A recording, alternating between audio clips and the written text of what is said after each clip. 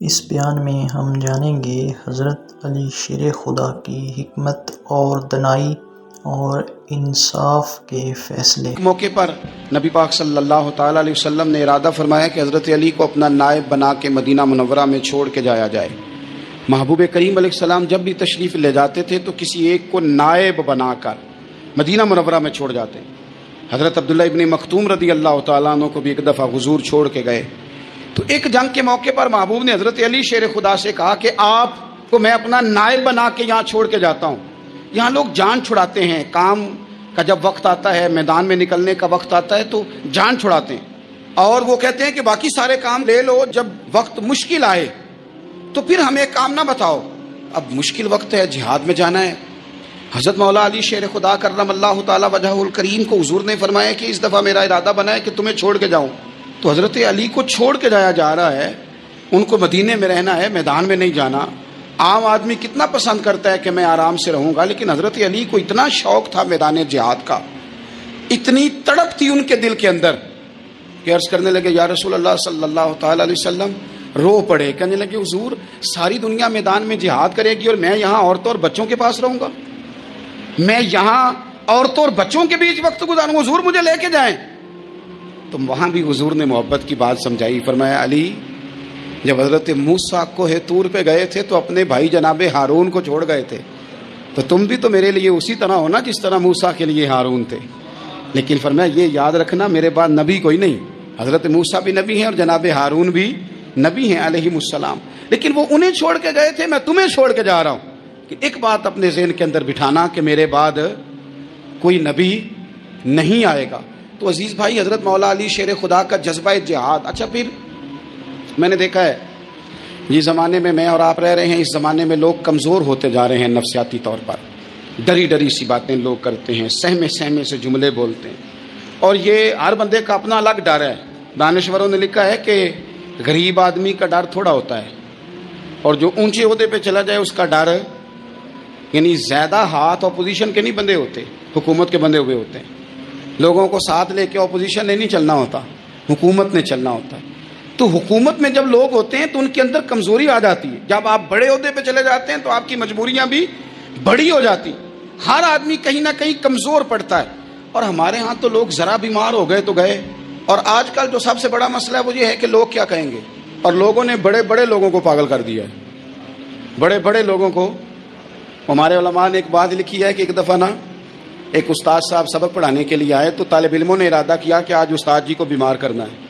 یہ جو آپ کے مشیر ہوتے ہیں نا ارد گرد، ان کی پڑتال بھی بڑی ضروری ہوتی ہے کہ یہ خبر کون سی لے کے آ رہے ہیں اور یہ کس طرح سے گائیڈ کر رہے ہیں۔ ہمیں تنقید کرنے والا بندہ اچھا تو نہیں لگتا، لیکن تنقید کرنے والے جو ہوتے ہیں وہ ہمیں نکھارتے ہیں، وہ ہماری کمزوریاں جو ہمارے اپنے نہیں نکال سکتے وہ نکال کے ہمیں بتاتے ہیں کہ تم یہاں کمزوری کر رہے، اس کا نفع ہوتا ہے۔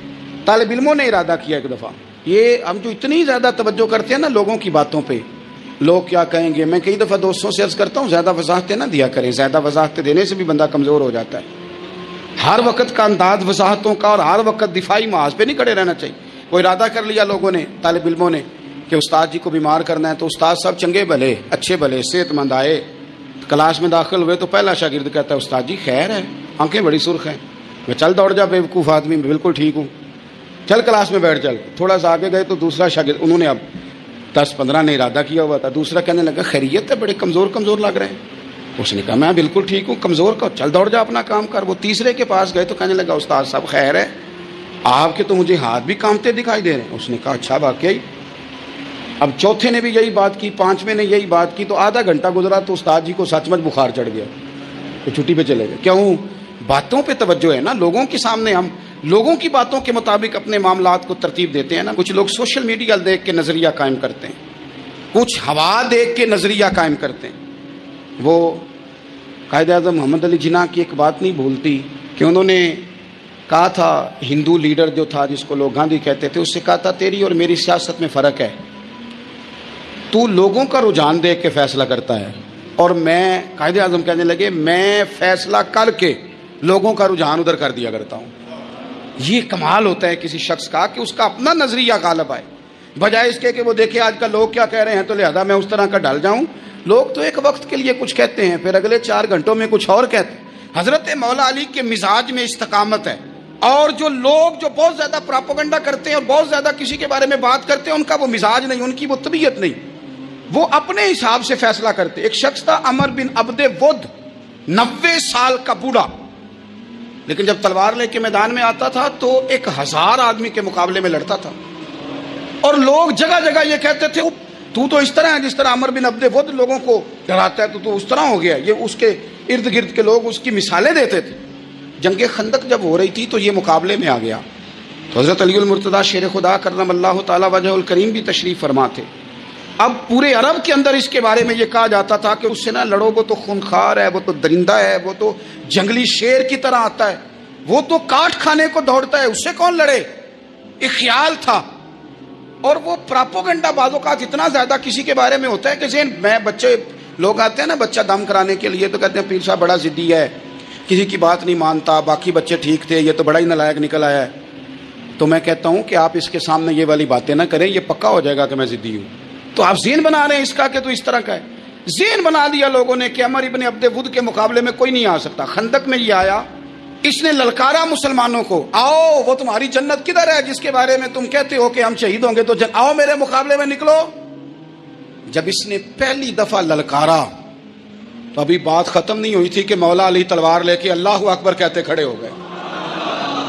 حضور نے فرمایا بیٹھ جاؤ، حضرت علی پھر بیٹھ گئے۔ وہ پھر پکارا اٹھو کوئی میرے مقابلے میں، تو مولا علی شیر خدا پھر کھڑے ہو گئے، پھر کھڑے ہو گئے۔ حضور نے فرمایا بیٹھ جا۔ ایک شخص نے کہا علی یہ عمر بن عبد ود ہیں، فرمایا مجھے پتا ہے۔ نہیں سمجھے آپ بات، میں آپ کو سمجھا کے لایا ہوں پیچھے سے کہ پراپوگنڈا کرتے ہیں نا لوگ، ہو آگے نہ جانا، یہاں کرنٹ بڑا زیادہ ہے، وولٹیج بڑے سخت ہیں، تو آگے نہ بڑھنا۔ بھائی کیا ہو جائے گا، اٹھ باندھ کمر کیوں ڈرتا ہے، پھر دیکھ خدا کیا کرتا ہے۔ حضرت علی تیسری دفعہ اس نے کہا نا ہے کوئی، تو حضرت علی پھر اٹھے۔ اب تو رسول پاک صلی اللہ تعالی علیہ وسلم نے تھپکی دی۔ بعض جگہ یہ ہے کہ حضور نے خود تلوار تھمائی، سر پہ امامہ باندھا، اور حضور نے فتح یابی کی دعا فرمائی۔ حضرت علی گھوڑے پہ بیٹھے نکلے، اور جب اس کے سامنے گئے تو جا کے کہنے لگا میرا پتہ ہے۔ حضرت علی فرمانے لگے تو اپنا چھوڑ، میرا پتہ ہے تجھے، مجھے تو جانتا ہے۔ کہنے لگا میں 1000 کے مقابلے میں اکیلا لڑتا ہوں۔ حضرت علی شیر خدا فرمانے لگے پتہ نہیں تو کن سے لڑتا رہا ہے، جانے وہ کون ہے جن سے تو لڑتا رہا ہے، وہ کون 1000 تھے جو تیرے مقابلے میں آتے تھے، پتہ نہیں۔ تو کہنے لگا میرا نام میری ماں نے عمر بن عبد ود رکھا ہے۔ فرمایا چھوڑ تو، میری ماں نے میرا نام حیدر رکھا ہے۔ کہنے لگا تیری عمر چھوٹی ہے، کوئی بڑا لا۔ فرمانے لگے یہ تو جب ہنجے میں پنجہ ملے گا تو پتہ چلے گا عمر کس کی چھوٹی ہے، ابھی تو کہانیوں سے متاثر کرنا چاہتا ہے، تو چاہتا ہے کہ تو پریشر ڈالے اور میں تیری بات سنوں، تو مقابلے میں آ، ڈینگے نہ مار، کہانیاں نہ سنا، دیواریں ہلتی رہتی ہیں اور در کانپ جاتا ہے، علی کا نام سن کے اب بھی خیبر کانپ جاتا ہے، تو مقابلے میں آ، تو باتیں بنا رہا ہے، کہانیاں سنا رہا ہے۔ وہ کہنے لگا تو بچہ ہے، میں چاہتا نہیں تیرا خون بہاؤں۔ تو حضرت علی کہنے لگے میں بڑے دن سے پریشان ہوں کہ کسی بے ایمان کا خون بہایا کیوں نہیں، میرا بڑا دل کر رہا ہے تیرا خون بہاؤں۔ اس نے بڑی زوردار ضرب لگائی، غصے میں اتنا پاگل ہوا، کیونکہ اس کے بارے میں معروف تھا کہ وحشی مزاج آدمی، اتنا سخت پاگل ہوا غصے میں، اس نے اپنے گھوڑے کے پیر کاٹ ڈالے، پہلے تلوار گھوڑے کو دے ماری، اس کو کاٹ کے دوڑا۔ یہ کیوں کرتے تھے لوگ، عرب کے لوگ اس وقت یہ کام کرتے تھے کہ ہم نے گھوڑا ہی مار ڈالا ہے تاکہ ہم بھاگ نہ سکیں، کہتے ہیں نا کشتیاں جلا دی ہیں کہ اب واپس جانے کا راستہ ہی بند ہو جائے، گھوڑے کے پیر کاٹ ڈالے کہ بھاگنا نہیں، اور بڑی زور سے اس نے ضرب لگائی حضرت علی پر۔ حضرت علی نے جب روکی تو وہ ڈھال ٹوٹ گئی حضرت مولا علی، اور آپ کے امامے کو اس کی تلوار بھی لگی۔ آپ نے فرمایا دکھا لیا تو نے زور، اب میری باری ہے۔ حضرت مولا علی شیر خدا کا قد بظاہر چھوٹا تھا، صحابہ کہتے ہیں ہم دور سے دیکھ رہے تھے، اللہ اکبر کہہ کے تھوڑا سا زمین سے وہ اٹھے، تھوڑا سا اٹھے، اور پھر دوبارہ نہیں انہیں تلوار چلانی پڑی، ایک ہی ضرب لگائی اور اس کے 2 ٹکڑے کر کے اسے زمین پہ پھینک دیا۔ تو عزیز دوست آپ یاد رکھیں گے اس بات کو کہ اپنی زندگی کے اندر مروب ہونا چھوڑ دیں، روب میں تاتاریوں نے مسلمانوں کو مروب کر لیا تھا، روب ڈال لیا تھا کہ ہم بہت بڑے لوگ ہیں۔ یہی آج ہمارے ساتھ بہت سارے لوگ کرتے ہیں، دلوں میں روب آ جاتا ہے، امیر رشتہ دار کا، فلانے کا، فلانے کا، پھر وہ جو مرضی کرتا ہے۔ تاتاریوں کی ایک بی بی وہ کیا کرتی, وہ 9-10 مسلمان نوجوانوں کو سڑک پہ کھڑا کر جاتی, کہتی ادھر کھڑے ہونا, میرے آنے تک ہلنا نہ. جوان ہے لیکن روب ہے نا کہ یہ بڑے وحشی ہیں. اکیلی بی بی اندر جاتی, تلوار لے آتی, اور وہ کھڑے ہیں, وہ بھاگے بھی نہیں, اتنا ڈر گئے, ٹانگیں کانپ رہی ہیں, بھاگنے کی بھی جرت نہیں کر رہے. تسلی سے گئی ہے, تلوار لے کے آئی ہے, اور اس نے 9 جوان مسلمانوں کے گلے کاٹ دیے. اس روب سے نکلیں باہر. نوجوانوں سے کہتا ہوں نکلو. اور جن لوگوں نے دنیا میں انقلاب برپا کیا وہ غریب گھروں کے تھے, وہ لوگ تھے کہ جو بازار کسی بڑے قبیلے سے نہیں تھے. آپ محنت کریں, تعلیم حاصل کریں, جد و جہد کریں, مشقت کریں, اپنی زندگی میں کچھ مقاصد کے حصول کے لیے آگے بڑھیں. اور اگر آپ کہیں کہ دائیں بائیں میرے فلاں آدمی مجھے یہ مشورہ دے رہا ہے, تو کچھ لوگ دنیا میں باتیں کرنے آئے ہیں, انہوں نے باتیں کرنی ہیں اور بڑا فائدہ ہوتا ہے, ان کو باتیں کر لینے دیں, ان کو کرتے رہنے دیں. کام کرنے والا بندہ کام کرتا ہے اور کرتا ہی چلا جاتا ہے, وہ منزل تک پہنچ جاتا ہے. تو حضرت علی کے مزاج میں دلیری ہے, ہمت ہے, ایک بات. اور دوسری بات دانائی, حکمت. کہ جو ہمارے فیصلے ہیں نا جذباتی, اور جناب آج فلانے نے یہ کہہ دیا تو میرا پروگرام یہ بن گیا, تو پھر کل کسی نے اور کچھ کہہ دیا تو میرا پلان اور بن گیا. میں سب سے زیادہ ان لوگوں کے حق میں پریشان ہوتا ہوں جو سویرے کچھ اور کہتے ہیں, دوپہر کو کچھ اور کہتے ہیں, شام کو کچھ اور کہتے ہیں. بھئی آپ کا کوئی نظریہ ہونا چاہیے, کوئی ویژن ہونا چاہیے زندگی میں, آپ کے اندر کوئی حکمت اور دانائی ہونی چاہیے. اس کے لیے کیا کرنے کی ضرورت ہوتی ہے؟ اس کے لیے ضرورت ہوتی ہے کہ آپ کا ذہن ایک طرف ہو. میرے اسلاف فرمایا کرتے تھے زندگی میں ایک کام کر لو پر صحیح کر کے کر لو. ہم نے تو سارے کام کرنے ہیں. آج کل ہر بندہ صحافی ہے, ہر بندہ تجزیہ نگار ہے, ہر بندہ سیاستدان ہے, ہر بندہ ہی مفتی ہے, ہر بندہ ہی جناب واعظ ہے, ہر بندے کے پاس ہی کچھ مسئلے. اس کا نقصان یہ ہے کہ کسی کے پاس بھی کچھ نہیں. وہ کسی درویش نے کہا تھا کہ جب سب لیڈر ہوں تو سمجھو کوئی لیڈر نہیں, کیونکہ سارے جو لیڈر ہو گئے. میرے عزیز, ایک طرف ذہن کو رکھیں اور اپنے اس کام میں کمال پیدا کریں. حضرت مولا علی شیر خدا کو اللہ نے حکمت دی تھی. نبی پاک صلی اللہ تعالی علیہ وسلم کے صحابی حضرت عبداللہ ابن مسعود رضی اللہ تعالیٰ عنہ فرماتے ہیں, امام ابو نعیم نے لکھا ہے کہ حضرت عبداللہ ابن مسعود فرماتے ہیں نبی پاک صلی اللہ علیہ وسلم نے فرمایا اگر حکمت کے 10 حصے کیے جائیں نا, دانائی کے 10 حصے کیے جائیں, تو اس میں سے 9 حصے اللہ تعالیٰ نے حضرت علی کو عطا فرمائے اور ایک حصہ باقی لوگوں کو ملا ہے. دانا تھے, معاملہ فہم. کچھ بندے بڑے منافق قسم کے تھے, تو حضرت علی آسان ہو گئی, تو وہ حضرت مولا علی شیر خدا کے پاس آگے, اذان ہو گئی, حضرت علی نے جماعت کرانی. ان کا خیال تھا کہ آج ہم نے جماعت لیٹ کرانی ہے کسی طریقے سے. ہم چونکہ زیادہ باتیں, میں دوستوں سے کہتا ہوں بہت زیادہ خبریں نہ دیکھا کرو, بہت زیادہ بھی چیزیں نہ سنا کرو. آپ تو میرے بھائی موبائل کے اندر چلے جائیں گے, باہر کی دنیا تو اور ہے. تو تھوڑا باہر بھی نکلیں تصویروں سے, تھوڑا باہر بھی آئیں, دیگر معاملات بھی دیکھیں.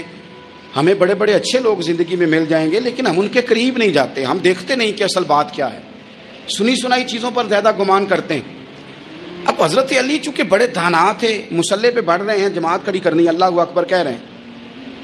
بندوں کا خیال تھا نماز لیٹ کرانی ہے. نے فٹافٹ حضرت علی سے کہا کہ حضور ذرا وہ جانور تو بتائیے گا کتنے ہیں جو انڈے دیتے ہیں, اور ذرا وہ بھی بتائیے گا جو بچے دیتے ہیں.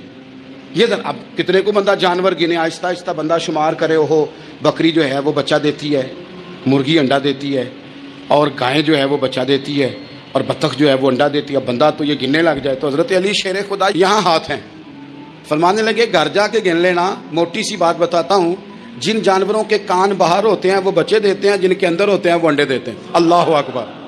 نماز کی نیت باندھ لی تم, گننا گھر جا کے. موٹی سی بات بتا دیتا ہوں. وہ صاحب کہتے ہیں میں حضرت علی رضی اللہ تعالیٰ عنہ کو الجھانے آیا تھا, میں خود بڑا الجھ گیا. یہ کیا ماجرا ہے, کیا معمہ ہے کہ 2 فکروں میں انہوں نے بات کو سمیٹا اور کمال کر دی. کہنے لگے گھر جا کے گننا, یہاں ٹائم نہیں, نماز کا وقت ہے. بس جن کے کان اندر ہے نا وہ انڈے دیتے ہیں, اور جن کے باہر ہیں وہ جا کے حساب کرنا. آپ ڈھونڈ لیں, تلاش کر لیں, چلے جائیں ماہرین کے پاس, پر شیر خدا شیر ہی ہے. حضرت مولا علی کے جملوں میں کمال ہے, ان کی دانائی, ان کا تدبر, ان کی حکمت, ان کا فہم, ان کی فراست, ان کا کمال. ایک شخص بڑی دور سے آیا, اس نے کہا حضور مجھے نا لمبی باتیں یاد نہیں رہتی, 2 باتیں بس بتا دیں میں عمل کروں تو زندگی بن جائے, 2 باتیں. تو حضرت علی فرمانے لگے لمبی امیدیں نہ لگانا, لمبی امیدیں نہ لگانا, موت کا پتہ نہیں کب آ جائے. منصوبہ بندی ضرور کرنا آنے والی نسلوں کے لیے, اپنی ذات کے لیے لمبی امیدیں نہ باندھنا, یہ بھی کر لوں گا, یہ بھی کر لوں گا. ہم ریٹائر نہیں ہوتے زندگی بھر، پلان پہ پلان، پلان پہ پلان. تو اگر ہم پلان کر رہے ہوتے ہیں تو جو ہمارے نیچے ہوتے ہیں وہ ہمیں ریٹائر کرنے کا پلان. اگر آپ کو ہماری یہ ویڈیو اچھی لگی ہو تو ہمارے چینل دلکش اسلام کو سبسکرائب کریں اور بیل آئیکن ضرور دبائیں تاکہ ہماری ہر آنے والی نئی ویڈیو سب سے پہلے آپ تک پہنچے.